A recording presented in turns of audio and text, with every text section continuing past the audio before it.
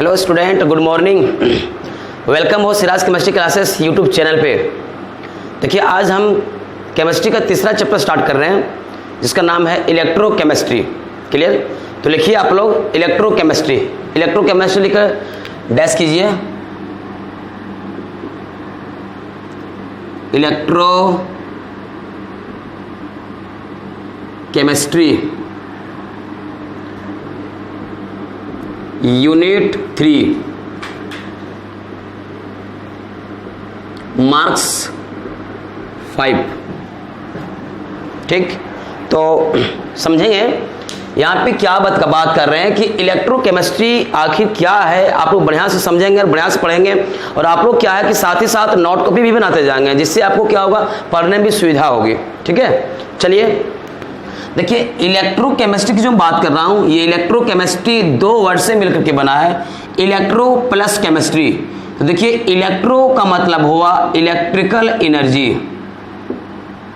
Electrical energy, और chemistry का मतलब क्या हुआ, chemical energy,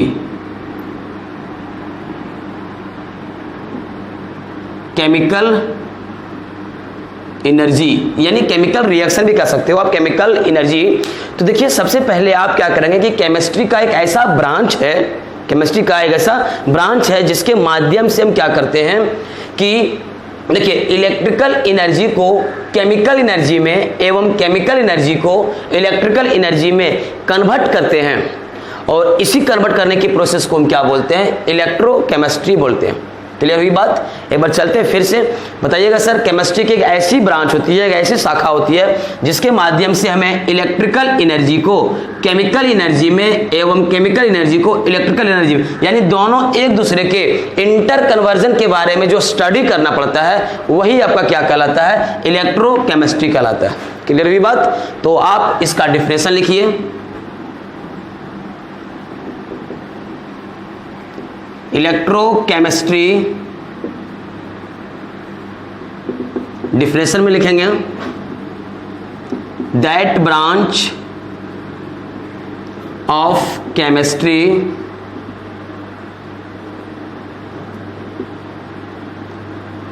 which deals with the interconversion of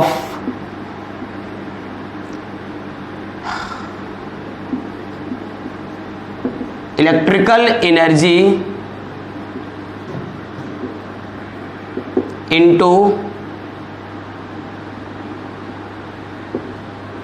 chemical energy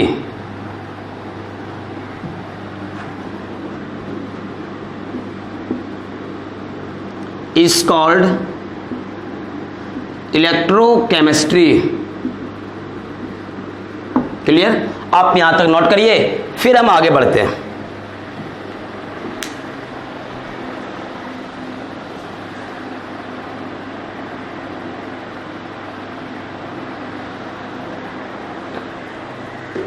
हो गया?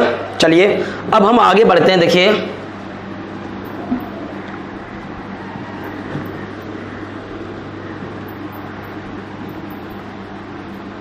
क्लियर? तो आप जानेंगे कि इलेक्ट्रोकेमिस्ट्री की जो बात करेंगे, जनरली आप समझेंगे इस इलेक्ट्रोकेमिस्ट्री को तीन पार्ट्स में बांट दिया भाई साहब। इसको हम बोलेंगे इलेक्ट्रोकेमिकल, केमिकल सेल, या आप इसी को पढ़ेंगे गैल्वेनिक सेल, या आप इसी को पढ़ेंगे वोल्टेइक सेल। दूसरा बताओगे इलेक्ट्रोलाइटिक सेल, और थर्ड पढ़ेंगे इलेक्ट्रिकल कंडक्टेंस।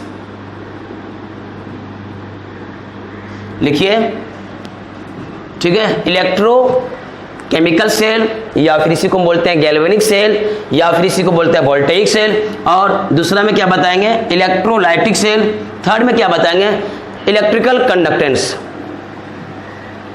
लिखिए यहां तक, लिख लिए, जो चलते हैं, अच्छी बात है। अब समझेंगे एक एक करके। यहां पे दो प्रकार की जो सेल है, अभी आपने देखा इलेक्ट्रोकेमिकल सेल और क्या है ये इलेक्ट्रोलाइटिक सेल। यहाँ पे सेल के बारे में पढ़ेंगे। सेल आप बताएंगे कि सेल क्या होता है, कि बताएंगे कि जिससे हमें एनर्जी मिलता है, ठीक है, जिससे हमें एनर्जी प्रोड्यूस करता है, उसको हम क्या बोलते हैं भाई। देखिए सेल, जैसे सपोज आप क्या करते हैं, घर पे बैटरी का इस्तेमाल करते हैं या फिर आप टॉर्च का इस्तेमाल करते हैं। जैसे टॉर्च है तो टॉर्च में जो बैटरी लगी हुई होती है, उस बैटरी में कुछ उसके अंदर में केमिकल सब्सटेंस को रखा गया है। केमिकल सब्सटेंस से फिर क्या करता है, वो आपस में वो रिएक्ट करता है और वो chemical reaction direct electrical energy में कन्वर्ट करता है, इलेक्ट्रिकल एनर्जी में कन्वर्ट करता है। तो इस प्रोसेस को हम क्या बोलते हैं, इलेक्ट्रोकेमिकल सेल या फिर गैल्वेनिक सेल। लिखिए आप टॉपिक्स, इलेक्ट्रोकेमिकल सेल या फिर आप डायरेक्ट लिखिए galvanic cell.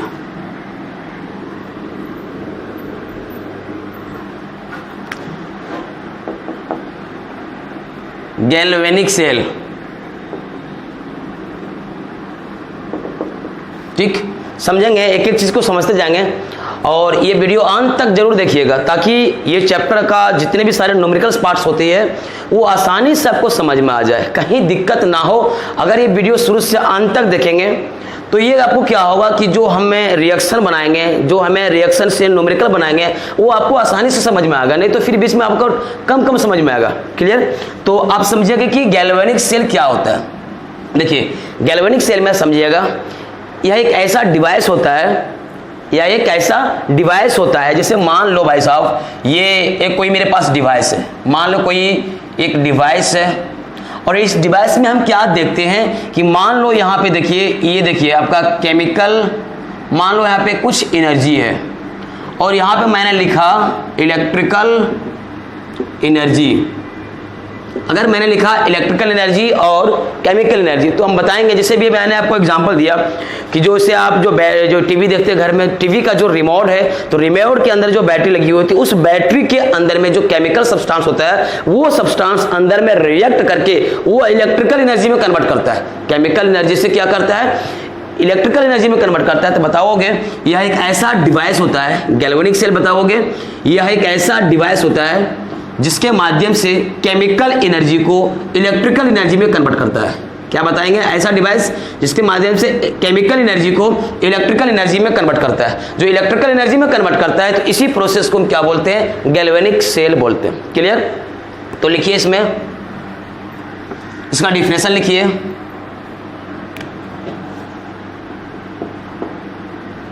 It is a device, it is a device which convert chemical energy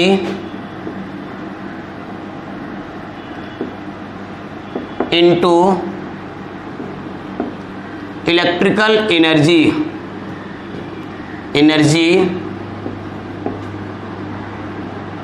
is called galvanic cell. Clear?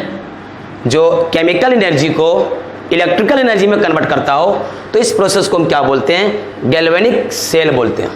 लिख लीजिए यहां तक, फिर हम आगे बढ़ते हैं। इसके बाद देखिए गैल्वेनिक सेल में क्या होगा कि कुछ ऐसी रिएक्शन होगी जिसमें ध्यान देंगे, इधर वीडियो क्लिक करिए,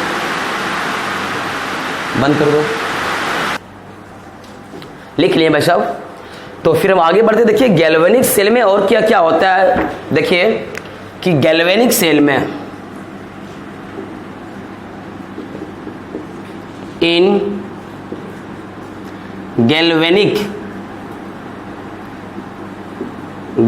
cell redox reaction take place. देखिए समझेंगे मैंने क्या बताया आपको कि गैल्वेनिक सेल में एक रिडॉक्स रिएक्शन होती है, जो कि आपको मैं 11th चैप्टर में पढ़ा चुका हूं। रिडॉक्स रिएक्शन क्या होती है, चलो एक बार फिर से इसको रिपीट कर रहा हूं भाई। देखिए रिडॉक्स रिएक्शन में आप समझेंगे कि भैया रिडॉक्स रिएक्शन दो चीज से मिलकर के बना हुआ है, बताइएगा ऑक्सीडेशन, दूसरा क्या बताइएगा, रिडक्शन। ऑक्सीडेशन और रिडक्शन। तो जनरली आप इस चैप्टर में थोड़ी सी अब ये भी समझेंगे कि गैल्वेनिक सेल जो है जनरली ऑक्सीडेशन और रिडक्शन ये दोनों चीज मिल करके बना हुआ होता है गैल्वेनिक सेल में। अब इन दोनों को रिप्रेजेंट करता है गैल्वेनिक सेल, ऑक्सीडेशन को भी और रिडक्शन को भी। तो आप सिंपली समझिएगा कि ऑक्सीडेशन क्या होता है, रिडक्शन क्या होता है। जैसे सपोज मेरे पास कोई एक कंटेनर है और एक कंटेनर में दोनों एक ही साथ हो रहा हो, देखिए ऑक्सीडेशन भी हो रहा हो और रिडक्शन भी हो रहा हो, एक ही कंटेनर में ऑक्सीडेशन और रिडक्शन दोनों हो रहा हो, साइमल्टेनियसली के रूप में हो रहा हो, तो इसको हम क्या बोलते हैं, रिडॉक्स रिएक्शन बोलते हैं। क्या बोलते हैं इसको, रिडॉक्स रिएक्शन। लेकिन वही अगर अलग अलग कंटेनर में अगर हो, मान के चलो यहाँ पे देखिए मेरे पास अलग से ऑक्सीडेशन है और ये भी रिडक्शन है, अब दोनों अलग अलग कंटेनर में हो जाए, मान लो देखिए रिडक्शन अलग अलग कंटेनर में हो, ऑक्सीडेशन भी आपके क्या हो रहा है, अलग अलग कंटेनर में हो रहा है। तो जो अलग अलग कंटेनर में होता है तो उसको हम क्या बोलते हैं, हाफ ऑक्सीडेशन, और इसको हम क्या बोलते हैं, हाफ रिडक्शन। क्लियर हुई बात। तो आपने तो सिर्फ सीखा, लेकिन जनरली आप जानेंगे कि ऑक्सीडेशन क्या होता है और रिडक्शन क्या होता है। चलो बताइएगा कि सर देखिए आप समझेंगे ऑक्सीडेशन का डिफिनेशन में बताएंगे। ऑक्सीडेशन में आप बताइएगा क्या कि देखिए कोई ऐसा एलिमेंट, ऑक्सीडेशन क्या बताओगे, कोई ऐसा एलिमेंट जिसका ऑक्सीडेशन नंबर बढ़ रहा हो, जिसका ऑक्सीडेशन नंबर बढ़ता है। देखिए लिखिए the element which increases, the element which increases oxidation number, ठीक है, जिसका ऑक्सीडेशन नंबर बढ़ रहा हो उसे हम क्या बोलते हैं, ऑक्सीडेशन बोलते हैं। अभी समझ में आ जाएगा, आपको एग्जांपल दे रहे हैं। और अगर मैं बात करूं रिडक्शन की, अगर बताइए रिडक्शन की हम बात करेंगे तो सेम चीज इसका उल्टा कर दो। अगर किसी एलिमेंट का ऑक्सीडेशन नंबर बढ़ रहा है तो आप बताएंगे ऑक्सीडेशन, और किसी एलिमेंट का ऑक्सीडेशन नंबर घट रहा है तो बताइएगा रिडक्शन। जैसे मान लो the element which decreases oxidation number, which decreases oxidation number। जैसे आप एग्जाम्पल में समझेंगे, ऊपर में मिटा देता हूं,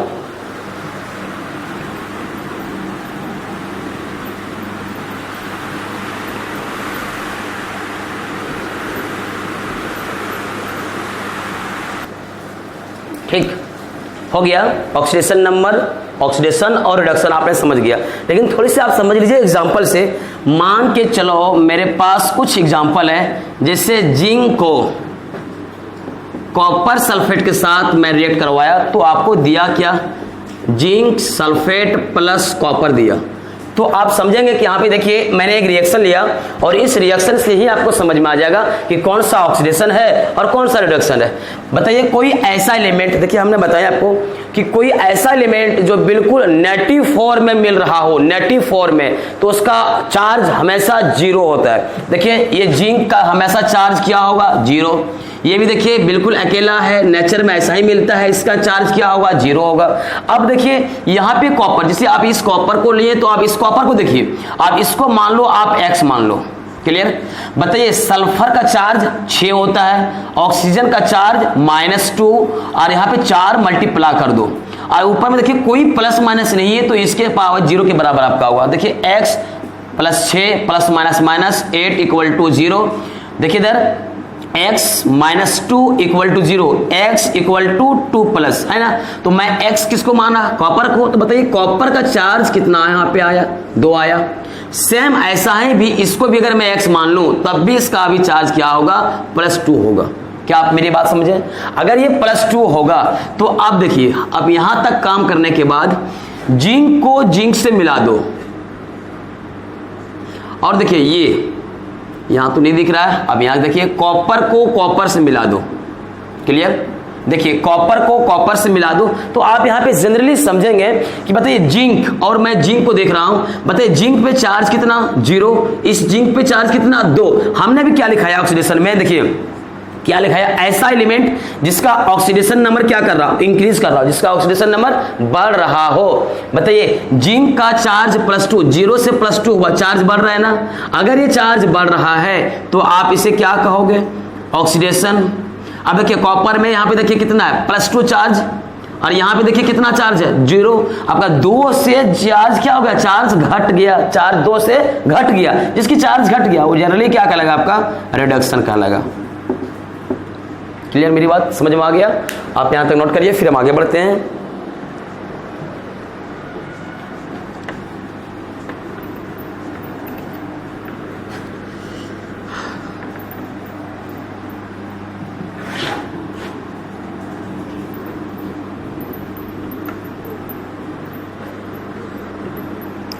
देखिए अब समझेंगे कि गैल्वेनिक सेल, डिफिनेशन तो सीख लिया, लेकिन आप सबसे पहले जानेंगे कि जब गैल्वेनिक सेल का जब निर्माण होता है, जनरली गैल्वेनिक सेल 2 इलेक्ट्रोड से मिलकर के बना हुआ होता है। भाई क्या मैंने बताया, बताइए, गैल्वेनिक सेल 2 इलेक्ट्रोड से मिलकर के बना हुआ होता है। कौन कौन? अभी आपने सीखा, ऑक्सीडेशन और रिडक्शन। तो आओ हम देखते हैं, बढ़िया से मिलते हैं और गैल्वेनिक सेल के बारे में। मान लो मैंने 2 कंटेनर लिया,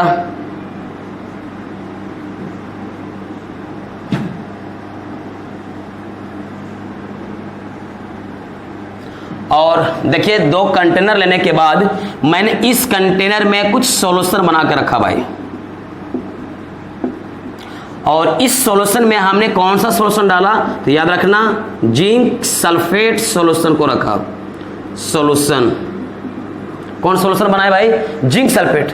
और इस कंटेनर में हम बात कर रहे हैं, इसमें भी आपका एक सॉल्यूशन है, और इस सॉल्यूशन में आपका है क्या, कॉपर सल्फेट सॉल्यूशन। क्लियर हुई बात? गैल्वेनिक सेल 2 इलेक्ट्रोड से बना हुआ है, एक को मैंने क्या बोल रहा हूं, जिंक सल्फेट, दूसरा क्या बोल रहा हूं भाई, कॉपर सल्फेट। तो याद रखना कि जिस सॉल्यूशन का, जिस एलिमेंट का सॉल्यूशन बना है, जिंक सल्फेट का सॉल्यूशन बना है, तो इसमें आपका जिंक इलेक्ट्रोड ही रहेगा, और ये कॉपर सल्फेट का सॉल्यूशन है तो इसका इलेक्ट्रोड कॉपर ही बनेगा। यानी जिस इलेक्ट्रोड का, जिस मॉलिक्यूल्स का सॉल्यूशन बनेगा उसी का आपका क्या बनेगा, इलेक्ट्रोड्स बनेगा। देखिए अब मैंने इस इलेक्ट्रोड को ले लिया, अब देखिए इस इलेक्ट्रोड को मैंने क्या किया, एक बाहर से एक्सटर्नल सर्किट से मैंने इसको क्या कर दिया, ऐड कर दिया, यानी आर्मेटर से इसको मैंने क्या कर दिया, ऐड कर दिया। क्लियर? अब दोनों को मिला दिया। देखिए मिलाने के बाद जनरली आप यहां पे समझेंगे क्या होता है। तो आप बताइए जिंक सल्फेट सॉल्यूशन को रखा, अगर ये जिंक सल्फेट सॉल्यूशन को रखा, क्लियर हुई बात? समझेंगे तो इस कंटेनर में देखिए आपको समझना है, क्योंकि ये दोनों कंटेनर को यदि अगर आप आसानी से समझेंगे तो इससे आने वाले जो रिएक्शन होगा, जो न्यूमेरिकल्स होगा, वो न्यूमेरिकल्स आपका आसानी से बनेगा। देखिए अब समझेंगे कि देखिए इस कंटेनर में जो जिंक सल्फेट सॉल्यूशन है, तो इस सॉल्यूशन में क्या है, ये बिल्कुल एक जिंक इलेक्ट्रोड्स का भाई, जिंक इलेक्ट्रोड है ये। अगर ये कॉपर सल्फेट है तो याद रखना ये भी आपका कॉपर इलेक्ट्रोड ही होगा, इलेक्ट्रोड होगा। क्लियर? तो और देखते जाइए क्या होता है। देखिए जिस इलेक्ट्रोड पे हम यहां पे बात करते हैं जैसे जिंक और कॉपर की, तो हम रिएक्टिविटी मेटल देखते हैं। रिएक्टिविटी मेटल क्या बताइएगा भाई, रिएक्टिविटी मेटल के टर्म में अगर हम जाते हैं तो यहां पे आप देख के नहीं कर सकते हैं कि कौन सा एनाइड है, एनोड है, और कौन सा आपका कैथोड है। तो जनरली आप यहां पे देख के तभी समझेंगे, मिस्टेक हो जाता है भाई। देखिए जिंक और कॉपर की बात करेंगे तो जिंक और रिएक्टिविटी मेटल में देखेंगे कि जिसका रिएक्टिविटी मेटल ज्यादा होगा, जिस एलिमेंट्स का रिएक्टिविटी ज्यादा होगा वो डायरेक्ट ऑक्सीडाइज करेगा, और ऑक्सीडाइज करेगा तो जनरली वो क्या कहलाएगा आपका एनोड कहलाएगा, और जो कम रिड्यूस करेगा वो जनरली वो क्या कहलाएगा आपका कॉपर के रूप में भागेगा, और इसको हम बोलते हैं क्या रिडक्स कैथोड बोलते हैं। तो यहाँ पे रिएक्टिविटी जिंक का ज्यादा होती है, क्योंकि जिंक इलेक्ट्रॉन आसानी से डोनेट करता है इसलिए इसका रिएक्टिविटी ज्यादा होती है, और ये जिंक बिल्कुल किसकी तरह काम करेगा, एक जिंक इलेक्ट्रोड की तरह काम करेगा। और देखिए इसमें आपका क्या है, इस सोल्यूशन में जनरली याद रखना, ये साइड में शॉर्टकट याद रखने का ट्रिक्स, एनोड जो है, एनोड जो मैंने बात किया, देखिए ये आप कहेंगे बिल्कुल ये एनोड है, और एनोड हमेशा नेगेटिव टर्मिनल होता है, क्लियर। और यहां पे बताएंगे कि कैसे हो रहा था, ये भी देखिएगा। इसको हम प्यार से क्या पुकारते हैं, कैथोड, और इसकी साइन हमेशा कैसा होता है, पॉजिटिव होता है। देखिए आप देखते जाइएगा कैसे कैसे हो रहा है। यदि मान के चलो यहां पे देखिए मैंने लिखा एनोड की बात कर रहा हूं, एनोड हमेशा किस टाइम में भाई, लेफ्ट दिशा में होगा, लेफ्ट डायरेक्शन, लेफ्ट साइड में आपका होगा, और ये कहेंगे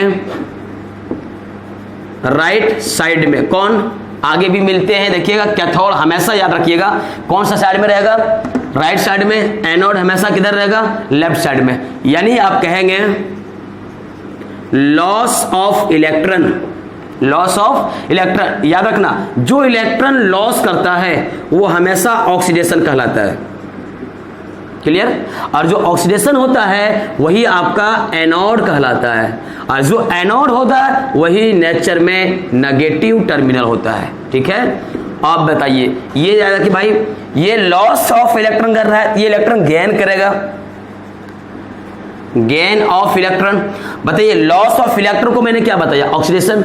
अब ये क्या करेगा, इलेक्ट्रॉन को गेन करेगा, इलेक्ट्रॉन को गेन करेगा, तो जो इलेक्ट्रॉन को गेन करेगा तो जनरली ये क्या कहलाएगा आपका रिडक्शन कहलाएगा, और रिडक्शन जो कहलाएगा वो हमेशा कैथोड कहलाएगा, और कैथोड हमेशा पॉजिटिव होगा, क्लियर। तो आप एक चीज याद रखना भाई, देखिए मैं आपको बता रहा हूं, जैसे यहां पे एक फॉर्मूला है, ट्रिक्स है, लॉन, लॉन देखिए एल से चाहे तुम बोल दो लेफ्ट, एल से चाहे तुम बोलो लॉस, जो लॉस ऑफ इलेक्ट्रॉन होता है वो क्या कहलाता है आपका ऑक्सीडेशन, और जो ऑक्सीडेशन होता है वही आपका क्या कहलाएगा एनोड। ए से क्या लिखेंगे एनोड, और जो एनोड होता है वैसे एन से नेगेटिव होता है, क्लियर। ये आपका ट्रिक्स है। देखिए अब क्या है कि अगर मैं यहां पे तो ले लिया, तो देखिए जो जिंक इलेक्ट्रोड्स है ये आसानी से ऑक्सीडाइज करता है। ऑक्सीडाइज का मतलब आप समझेंगे कि देखिए ये जो जिंक ZnSO4 है ये आसानी से क्या करता है, ऑक्सीडाइज करता है। यानी आप समझेंगे देखिए यहां पे Zn2+ के रूप में बाहर निकलता है, और यहां पे देखिए यहां पे देखिए ZnSO4 है, जब ये टूटेगा तो देखिए H2+ में, और यहाँ पे 2- में टूटेगा। तो देखिए ये जनरली जो ऑक्सीडाइज होता है Zn2+ में ऑक्सीडाइज हुआ, इसका मतलब हुआ ये दो इलेक्ट्रॉन इस पे आपका आ गया, ये दोनों इलेक्ट्रॉन इसी इलेक्ट्रोड्स पे ही रह गया, और जो Zn2+ आया इसकी जो कंसंट्रेशन हुआ वो डायरेक्ट सोल्यूशन में चला गया। अगर ये सोल्यूशन में चला गया तो इस सोल्यूशन का होता है कंसंट्रेशन बढ़ जाता है, इसमें आपका हर जगह पे क्या मिलेगा, आपको Zn2+ मिलेगा, Zn2+ मिलेगा, हर जगह पे Zn2+ मिलेगा, जिस वजह से इस कंटेनर का जिंक का कंसंट्रेशन बढ़ जाता है। यानी जिंक सल्फेट में Zn2+ की कंसंट्रेशन क्या होता है, बढ़ जाता है। क्लियर हुई बात।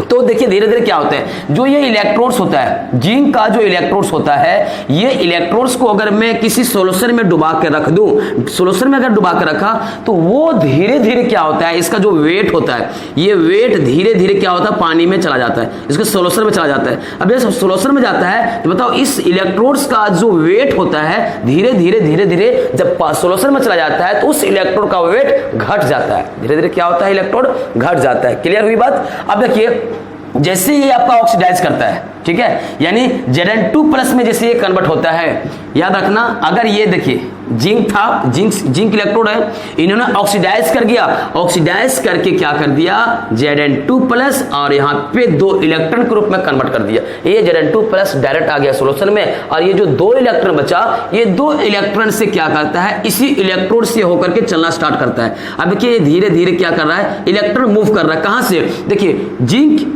जिंक इलेक्ट्रोड से इलेक्ट्रॉन मूव कर रहा है। इलेक्ट्रॉन कहां से मूव कर रहा है? जिंक इलेक्ट्रोड से। और ये इलेक्ट्रॉन कहां जा रहा है? बिल्कुल चल रहा है। कहां तक चलेगा? बिल्कुल देखिए कहां तक आ गया? कॉपर इलेक्ट्रोड में आ गया। क्लियर? अब जब ये कॉपर ऑक्सीडाइज ना होकर के क्या करेगा? रिड्यूस करेगा। अगर वो कॉपर सल्फेट है सोल्यूशन में डुबा कर जो रखे हैं, वो अगर रिड्यूस करता है, अगर वो रिड्यूस करता है तो सीधा सीधी वो क्या करेगा? कॉपर 2+ में कन्वर्ट हो जाएगा। और इस कंटेनर में आपका SO4 minus SO4 minus SO4 minus की सांद्रता बढ़ेगी, मगर आयन की सांद्रता बढ़ेगी, मगर कॉपर की कंसंट्रेशन जो है वो कॉपर की कंसंट्रेशन डिक्रीज करेगा, घट जाएगा। अगर ये घटेगा तो बताइए यहां से इसके पास इलेक्ट्रॉन में कितना इलेक्ट्रॉन जमा है? 2 इलेक्ट्रॉन। ये 2 इलेक्ट्रॉन आसानी से चलेगा। अब ये 2 इलेक्ट्रॉन यहां पे आएगा तो बताओ, ये ऑलरेडी इसकी बात मैं नहीं कर रहा हूं, मैं कॉपर की बात कर रहा हूं। बताओ ये कॉपर के पास फिलहाल 2 चार्ज प्लस है और ये क्या कर रहा है? इसके पास इलेक्ट्रॉन है। अगर ये इलेक्ट्रॉन है तो ये देखिए प्लस और माइनस के बीच में क्या करेगा? अट्रैक्ट करेगा। अट्रैक्ट करेगा मतलब ये कॉपर प्लस 2 इलेक्ट्रॉन को गेन करेगा, खींचेगा। और जैसे खींचेगा वैसे ही ये देखिए आपका बिल्कुल ये पहले से तो इसमें बचा हुआ है। अब ये 2 इलेक्ट्रॉन को जब गेन करेगा तो गेन करने के बाद डायरेक्ट कन्वर्ट किसमें आपका हो जाएगा? कॉपर में हो जाएगा। क्लियर हुई बात? यानी ये जो कॉपर बना, अब ये कॉपर जाके इसमें जाके चिपक जाएगा। ये कॉपर जाके इसमें चिपक जाएगा। देखिए अब यहां पे समझिएगा कि जो इलेक्ट्रोड है, इस इलेक्ट्रोड को मैं नेगेटिव साइन क्यों दिया? बताओ यहां से इलेक्ट्रॉन, अब ये नहीं बताइएगा कि सर जो लॉस इलेक्ट्रॉन करता है वो नेगेटिव। यहां पे साइन से आप नहीं देखे कह सकते हैं कि दिस इज एनोड और दिस इज कैथोड। तो बताओ यहां पे इलेक्ट्रॉन लॉस कर रहा है। इलेक्ट्रॉन कहां से निकल रहा है भाई? जिंक इलेक्ट्रोड से। तो यहां से जो निकल रहा है इसलिए इसका नाम क्या हो गया? नेगेटिव हुआ। और ये इलेक्ट्रॉन को क्या कर रहा है? गेन कर रहा है। ये इलेक्ट्रॉन जाके इस इलेक्ट्रोड पे जाके जमा हो रहा है, इसलिए यहां पे क्या होगा? आपका ये पॉजिटिव टर्मिनल होगा। क्लियर हुई बात? तो बताइए यहां तक काम करने के बाद देखिए अगर जिंक इलेक्ट्रोड से इलेक्ट्रॉन मूव करेगा और कॉपर तरफ जाएगा, ठीक उसका उल्टा कॉपर इलेक्ट्रोड से करंट पास करेगा, इसका जस्ट उल्टा। देखिए अब इधर से क्या करेगा? वो इधर से देख लेते हैं, मैं ऐसे लिख रहा हूं, ये आपका करंट पास करेगा। क्लियर? ये क्या पास करेगा भाई? करंट पास करेगा। तो बंद करना। तो बताइए आप समझेंगे। अभी मैंने बताया कि जिंक इलेक्ट्रोड से इलेक्ट्रॉन इधर से मूव कर रहा है। अब जब इलेक्ट्रॉन मूव कर रहा है तो देखिए इसका ठीक उल्टा कॉपर से करंट पास करेगा। तब पता चलेगा कि अगर आप यहां पे रख दो एक बल्ब, तब पता चलेगा जब करंट पास होगा, इलेक्ट्रॉन मूव हो रहा है, करंट पास होगा तो वो आसानी से बल्ब क्या होगा? जल जाएगा। अब देखिए केमिकल एनर्जी से डायरेक्ट सप्लाई हो रहा है किसमें? इलेक्ट्रिकल एनर्जी में। केमिकल एनर्जी से डायरेक्ट सप्लाई हो रहा है। देखिए ये सभी क्या है? केमिकल। तो केमिकल से डायरेक्ट सप्लाई हो रहा है इलेक्ट्रिकल एनर्जी में, इसलिए क्या बोलते हैं इसको? गैल्वेनिक सेल बोलते हैं। क्लियर? और देखिए थोड़ा सा कुछ पॉइंट इसके बारे में हम लिख लेते हैं। सबसे पहले मैंने क्या बताया कि यदि अगर इस इलेक्ट्रोड को सॉल्यूशन में डुबा कर रखा तो सॉल्यूशन का वेट धीरे धीरे क्या होगा? घट जाएगा। इसलिए तो बताइए सॉल्यूशन में धीरे धीरे वो गलेगा, गल करके सारा पार्ट्स धीरे धीरे धीरे धीरे कहां जाएगा? आपका सॉल्यूशन में जाकर जमा हो जाएगा। तो बताइए इलेक्ट्रोड का, जिंक इलेक्ट्रोड का भार क्या होगा? कम होगा। तो पहला पॉइंट आप लिखिए, the weight of zinc electrode decreases slowly। Clear? बताओ दूसरी पॉइंट आप समझेंगे। अभी मैंने आपको बताया कि दूसरी पॉइंट समझिए कि अगर मैं जिंक सल्फेट का सॉल्यूशन लिया, बताओ जैसे ये जिंक ऑक्सीडाइज करता है, बताओ ये सभी कंटेनर में, इस कंटेनर में Zn+ आपके पूरे जाके जमा हो गया, सारा जमा हो गया। यानी इस कंटेनर में जिंक सल्फेट सॉल्यूशन में Zn+ कंसंट्रेशन का मान बढ़ जाता है। देखिए the concentration of Zn2+ ion in zinc sulfate solution increases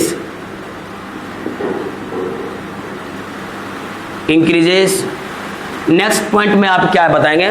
बताइए सारा इलेक्ट्रॉन जमा हो रहा है तो सारा इलेक्ट्रॉन जाके किस पे जा रहा है? आपका कॉपर पे। तो क्या होगा, कॉपर पे, और कॉपर पदार्थ जाकर जमा हो रहा है। लिखिए more copper deposited on copper electrode. Clear? यहां तक लिखते जाइए, फिर हम आगे बढ़ते हैं। एक एक पॉइंट वाइज पॉइंट को मैं लिखा रहा हूं, आराम से समझिएगा।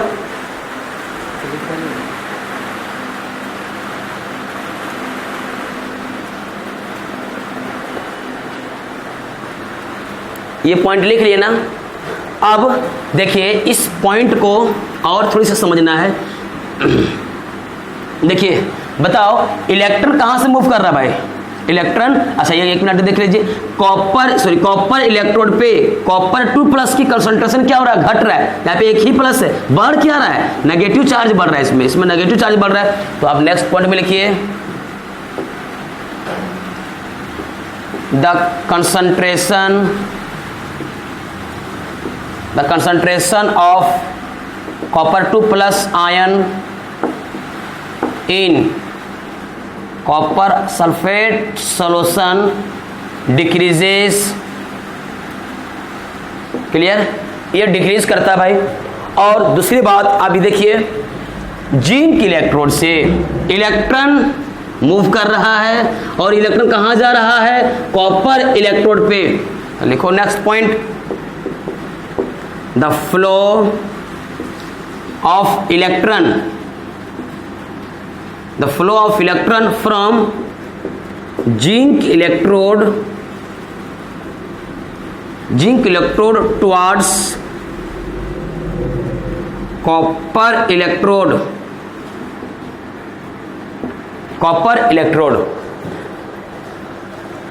लिखिए ये पॉइंट समझ में आया? चलो ठीक, और थोड़ी सी समझ लेना है आगे क्या कि मैं क्या लिखा रहा हूं।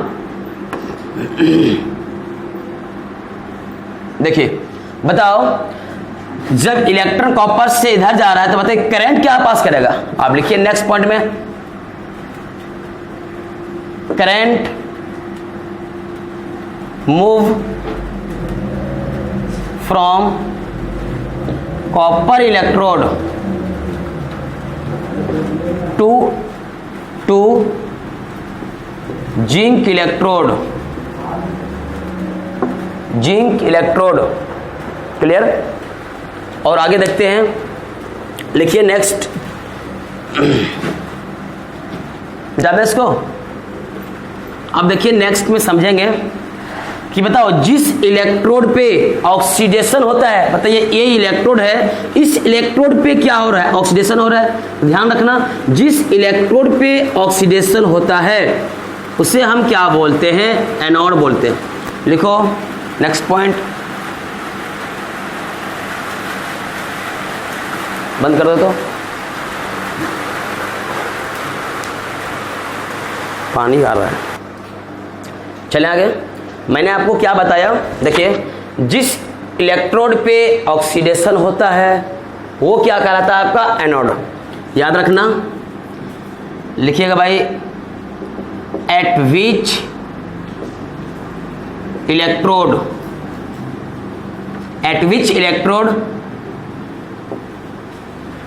Oxidation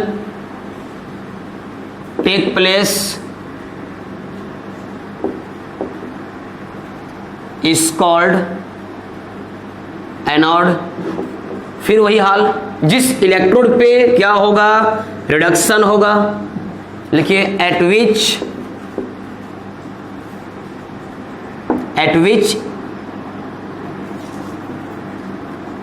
electrode reduction take place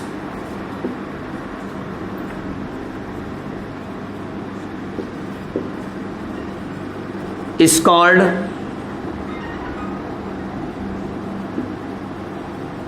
cathode.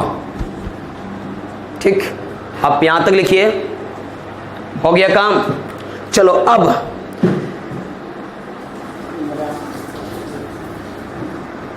ठीक, मिटा दूं इसे जी।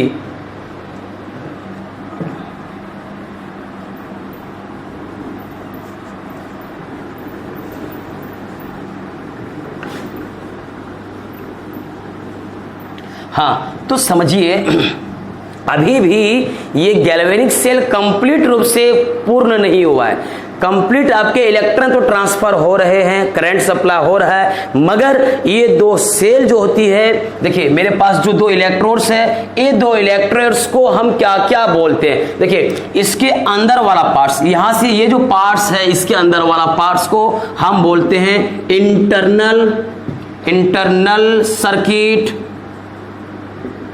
और ये देखिए इसके ऊपर वाला, इसके जो ऊपर से टर्म चल रहा है इसको हम क्या बोलते हैं, एक्सटर्नल सर्किट। ऊपर वाले को हम क्या बोलते हैं, एक्सटर्नल सर्किट। तो जनरली ये बताइएगा कि हमारी जो दोनों सर्किट है, इंटरनल सर्किट और एक्सटर्नल सर्किट, अभी भी कंप्लीट नहीं हुआ है। इसका रीजन क्या है भाई, इसके लिए क्या है, कंप्लीट तभी होगा गैल्वेनिक सेल जो रिएक्शन, जो हाफ ऑक्सीडेशन है, हाफ रिडक्शन है, इन दोनों का रिएक्शन तभी आपका क्या होगा, तभी आपका कंप्लीट होगा जब हम इन दोनों को एक साल्ट ब्रिज से ऐड कर देते हैं। दोनों को, जिंक इलेक्ट्रोड्स को और कॉपर इलेक्ट्रोड्स को हम क्या कर रहे हैं, एक साल्ट ब्रिज के माध्यम से कनेक्ट कर देते हैं। साल्ट ब्रिज क्या होती है आप देख लीजिएगा। देखिए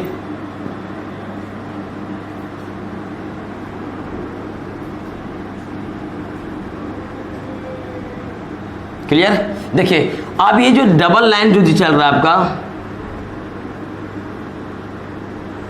मान लो मैंने ये जो दिया आपका बिल्कुल यू आकार का एक शेप होता है। जैसे देखिए आप पढ़ेंगे, जैसे आप यू पढ़ते हैं ना, यू आप ऐसे नहीं लिखते हैं भाई, यू, तो इसका जस्ट उल्टा मैंने लिखा, यू का एक उल्टा शेप है। अब इसी को हम क्या पढ़ते हैं, साल्ट ब्रिज पढ़ते हैं।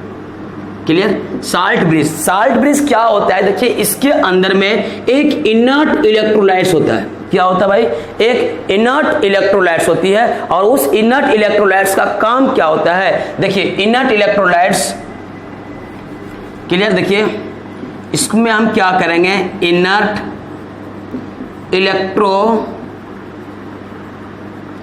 इलेक्ट्रोलाइट्स होता है। इनर्ट इलेक्ट्रोलाइट्स किसको बोलते हैं, देखिए जनरली KCl होगा, K2SO4 होगा,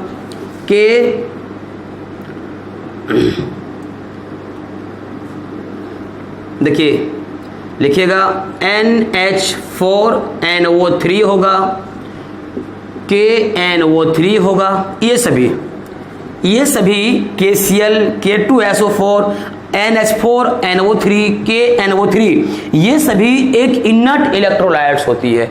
इनर्ट इलेक्ट्रोलाइट्स यानी इन सभी का एक चूर्ण पेस्ट इसके अंदर में क्या करता है, बिल्कुल जिलेटिन के रूप में रखता है। जिलेटिन क्या होता है, एक बिल्कुल सोल्यूशन के टाइप में होता है, जो बिल्कुल थोड़ा सा गाढ़ा टाइप में होती है।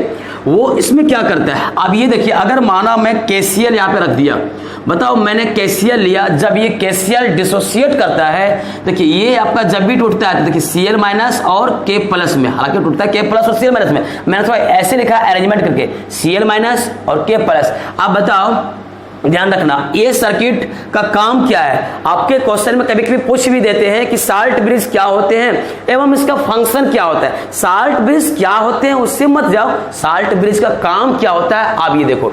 साल्ट ब्रिज का काम क्या है बताओ, ये हाफ सेल और ये हाफ सेल, दोनों हाफ सेल को कनेक्ट करके रखा है।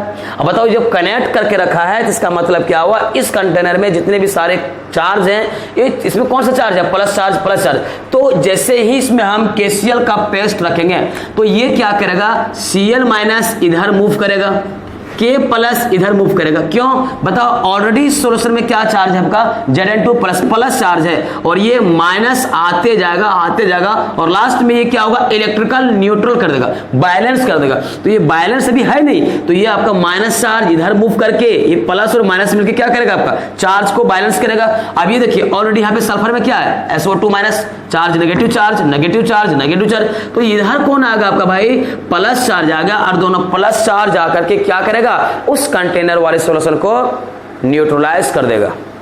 क्लियर, तो आप सिंपली समझिएगा क्या कि साल्ट ब्रिज एक यू आकार का शेप ट्यूब होती है, जो जिसमें एक किसी सॉल्यूशन का इनर्ट इलेक्ट्रोलाइट्स का कुछ सॉल्यूशन को भर दिया जाता है। अब वो भरने के बाद किसके रूप में, बिल्कुल एक जिलेटिन टाइप्स का होता है, सॉलिडिफाइड के रूप में होती है, उसी के पेस्ट को भर देता है। अब यहाँ पे समझिए, थोड़ा सा लिखिए साल्ट ब्रिज के बारे में। अब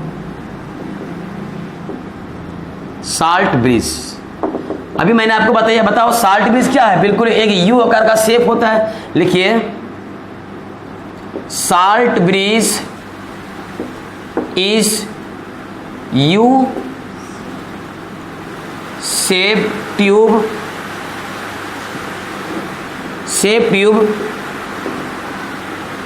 filled either the concentration of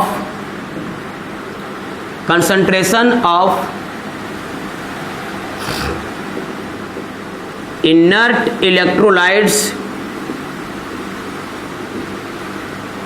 electrolytes such as KCl, K2SO4, KNO3 और NH4NO3 और solidified of solution as अगर जिलेटिन यहां तक लिखिए।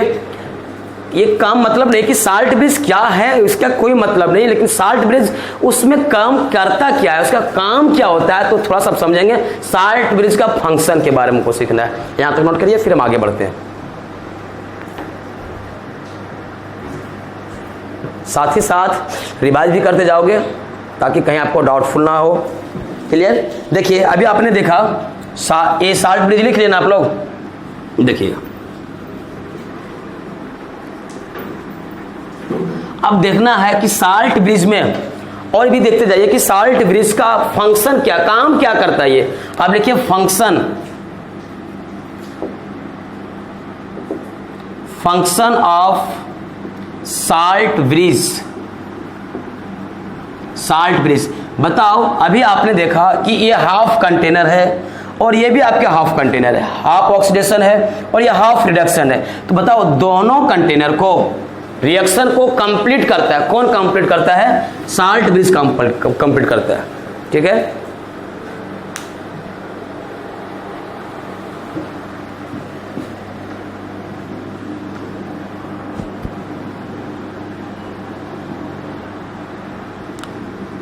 लिखिए। देखिए कंप्लीट कब कर रहा है? देखिए जिंक इलेक्ट्रोड से जब इलेक्ट्रॉन को एक हाफ ऑक्सीडेशन से हाफ रिडक्शन में क्या करता है, इलेक्ट्रॉन का जब आदान प्रदान होता है, ट्रांसफर होता है, उस मोमेंट में दोनों कंटेनर वाले सॉल्यूशन को न्यूट्रलाइज करता है, कंप्लीट करता है, सर्किट को कंप्लीट करता है। लिखिए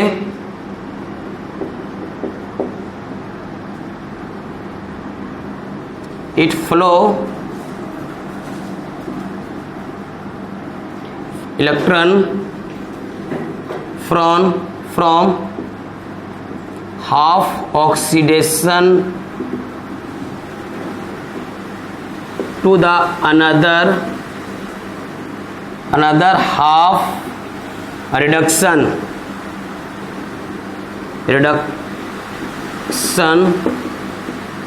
in order to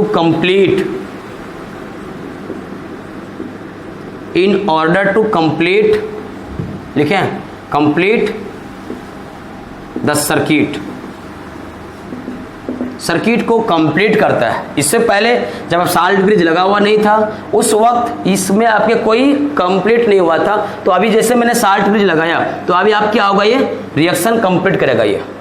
ठीक, दूसरा पॉइंट में क्या लिखोगे बताओ? इसमें आपके चार्ज बहुत ज्यादा था तो ये नेगेटिव चार्ज मूव कर रहा है, तो नेगेटिव चार्ज और पॉजिटिव चार्ज मिलकर क्या करेगा, इस कंटेनर वाले सॉल्यूशन को न्यूट्रलाइज करेगा। लिखिए it maintain electrical neutrality, it maintain electrical neutrality of electrolyte in both half cell reaction. ठीक, यहां तक नोट करिए, फिर हम आगे बढ़ते हैं।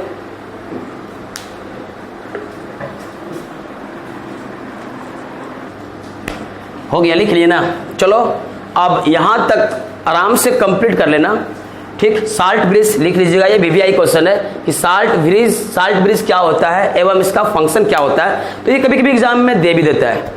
तो आप जितना मैंने बताया आप सारी चीज को कवर कर लेना, और इसके बाद फिर मिलता हूं मैं नेक्स्ट वीडियो में। Okay, bye, see you again.